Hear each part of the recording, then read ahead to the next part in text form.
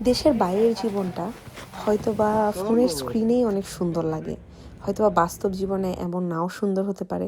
আসসালামু আলাইকুম এভরিওয়ান, কেমন আছেন আপনারা সবাই?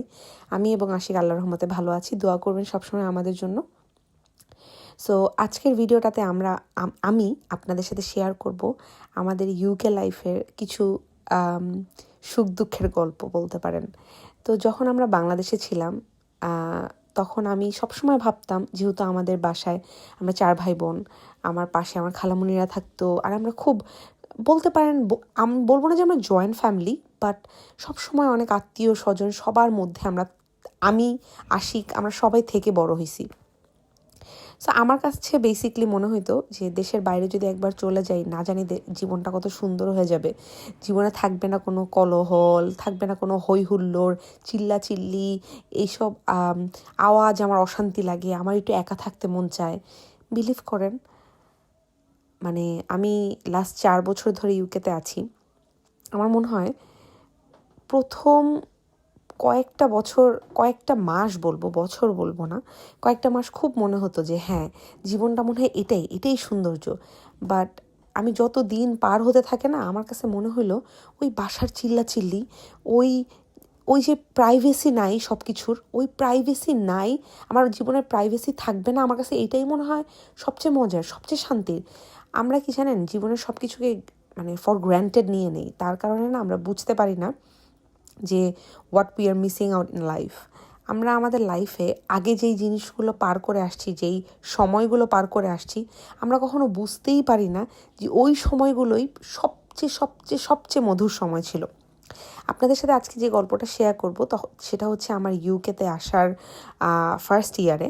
যখন আমি ইউকেতে প্রথম আসার পরে আমরা একটা বার্গার, চিপস অ্যান্ড বার্গার এরকম একটা শপ ছিল, এটার উপরে আমাদের একটা ছোট্ট রুম ছিল জাস্ট। ওই বাসাটাতে আবার কোনো কিচেন ছিল না। কিচেন না থাকার কারণে হয়েছে কি, আমি কোনো কিছু রান্নাও করতে পারতাম না। আমার তো অলরেডি টাকার সমস্যা, আমার কাছে ওরকম টাকাও নাই যে আমি বারবার কিনে খাবো। আর যদি বাজার করা যেত তাহলে হয়তো বা ছোটোখাটো কিছু একটা কিনে, দেখা গেছে একটা মুরগি কিনলেও 3-4 দিন আমাদের চলে যেত, এরকম করে আমরা হয়তো বা চলতাম। বাট আজকে যখন ডিম ভুনা দিয়ে ভাত খাচ্ছিলাম, তখন এই কথাগুলো খুব মনে পড়তেছিল। তো ভাবলাম ওয়াই নট আপনাদের সাথে শেয়ার করি।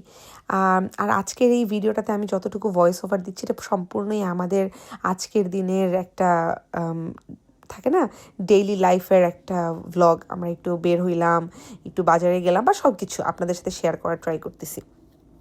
সো যখন আমরা ওই উপরটাতে থাকতাম, ওই উপরটাতে কোনো হিটার ছিল না। জানুয়ারি মাস, আপনারা যারা ইউকেতে আছেন আই থিঙ্ক তারা ফিল করতে পারবেন, ইভেন যারা ইউরোপে আছেন তারাও করতে পারবেন, কারণ অলমোস্ট ওয়েদারটা সেম কিছু কিছু ইউরোপ কান্ট্রিতে, ইউকের মতো। তো মনে করবেন যে ওই রুমটাতে আবার দেয়ালগুলা ভাঙা ছিল, কজ ওই বাসাটা তখন আবার নিউ করে বানানোর কথা ছিল। তো ওই সময়টাতে, ইন বিটুইন ওই টাইমটাতেই আমরা ওই বাসাটাতে উঠে যাই। তো উপরে যখন এরকম দেয়াল থেকে বাতাস আসতো, আমরা করতাম কি, দুইজনই জ্যাকেট পরে ঘুমাইতাম। বিকজ ওই বাসাটাতে না ছিল কোনো বালিশ, না ছিল কোনো ডুভেট, মানে কোনো কি বলে ওই যে কমফোর্টার। তো আমরা করতাম কি, জ্যাকেট পরে ঘুমাইতাম যাতে আমাদের শীত না লাগে। আর বালিশ ছিল না বলে আমাদের যে ঘাড়ের ব্যাকপ্যাক ছিল ওইটা দিয়ে আমরা ঘুমাইতাম। কজ আমাদের কাছে সর্বসাকুল্যে লাস্ট যে 50 to 60 পাউন্ড ছিল, ওইটা আমরা আসলে চাচ্ছিলাম না এগুলোতে খরচ করতে, কজ আমাদের এত টাকা ছিল না, টু বি অনেস্ট। তো তারপরে এভাবে জীবন চলতে থাকে। জীবন আসলে থেমে থাকে না কারোই। তো আমরা একদিক থেকে লাকি ছিলাম যে আমরা ইউকেতে আসার সেকেন্ড ডেতে আমাদের জব হয়ে যায়। জবটা খুবই খুবই খুবই পেইনফুল একটা জব ছিল। তারপর আমি আল্লাহর কাছে শুকর আলহামদুলিল্লাহ বলছিলাম তখন, ইভেন এখনও বলি। ওই টাইমটাতে আসলে কি আমার একদিনও ওয়েট করা পসিবল হইতো না, কজ আমি যেভাবে টাকাটা নিয়ে আসছি, মানে একটু এদিক সেদিক হলে আমাকে না খেয়ে থাকতে হবে, সিচুয়েশানটা এরকম। তো তারপরে আমি হচ্ছে ইউকেতে ওই বাসাটাতে আমার যে মজার গল্পটা আপনাদের সাথে বলবো। তো দেখা গেছে যে আমাদের তার কয়েকদিন পরে আর একটা জব হয়ে যায়, এনআই জব, মানে এনআই একটা ভালো কেএফসিতে দুইজনের জব হয়ে যায়। তো আমি বলবো ওই সময়টাতে কেএফসির জবটা আমার কাছে অন্যরকম কিছু একটা ছিল। তো ওই জবটা হয়ে যাওয়ার পরে, যেহেতু আমি বাসায় ছিলাম না, আর নর্মালি আমরা ওরকম রুটি খেয়ে থাকতাম যেহেতু বাজার করার অপশন নাই, তো নর্মালি আমরা কেএফসিতে যখন জব করতাম আমি আশিক দুজন খেয়েই আসতাম।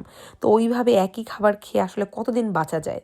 তো তারপরে আমরা করতাম কি, একদিন ওই আমার বাসার নিচের ওই বার্গার শপটা থেকে আমি একটা ছোট্ট বার্গার কিনি, কারণ আমি জানি আশিকের আসলেই ক্ষুধা লাগবে।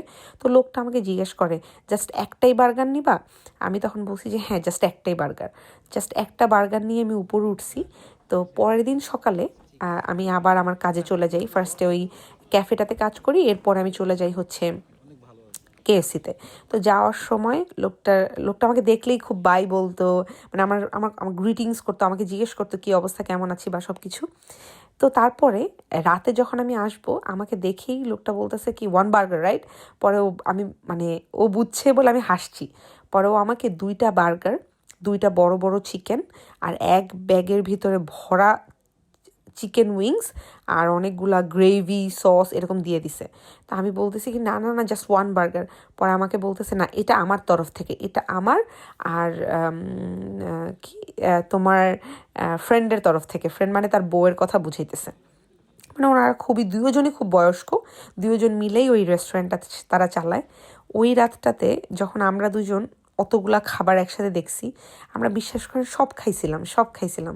এখন মাঝে মাঝে মনে হয় অনেক খাবার অপচয় করি, বা বাংলাদেশেও কখনো এরকম সিচুয়েশন হয় নাই।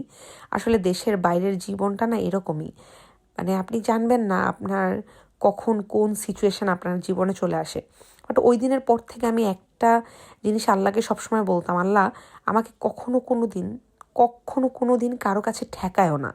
মানে আমাকে কোনো দিনও টাকার জন্য যাতে কারো কাছ থেকে লোন নিতে না হয়, টাকার জন্য যাতে কারো কাছে হাত পাততে না হয়, আমাকে কখনো তুমি ঠেকায়ও না আল্লাহ। আমি এই দোয়াটা আল্লাহর কাছে সব সময় করতাম। আল্লাহ যাতে আমার এই দোয়া কবুল করেন, আমার যাতে কখনো কোনো দিন কারো কাছে ঠেকতে না হয়।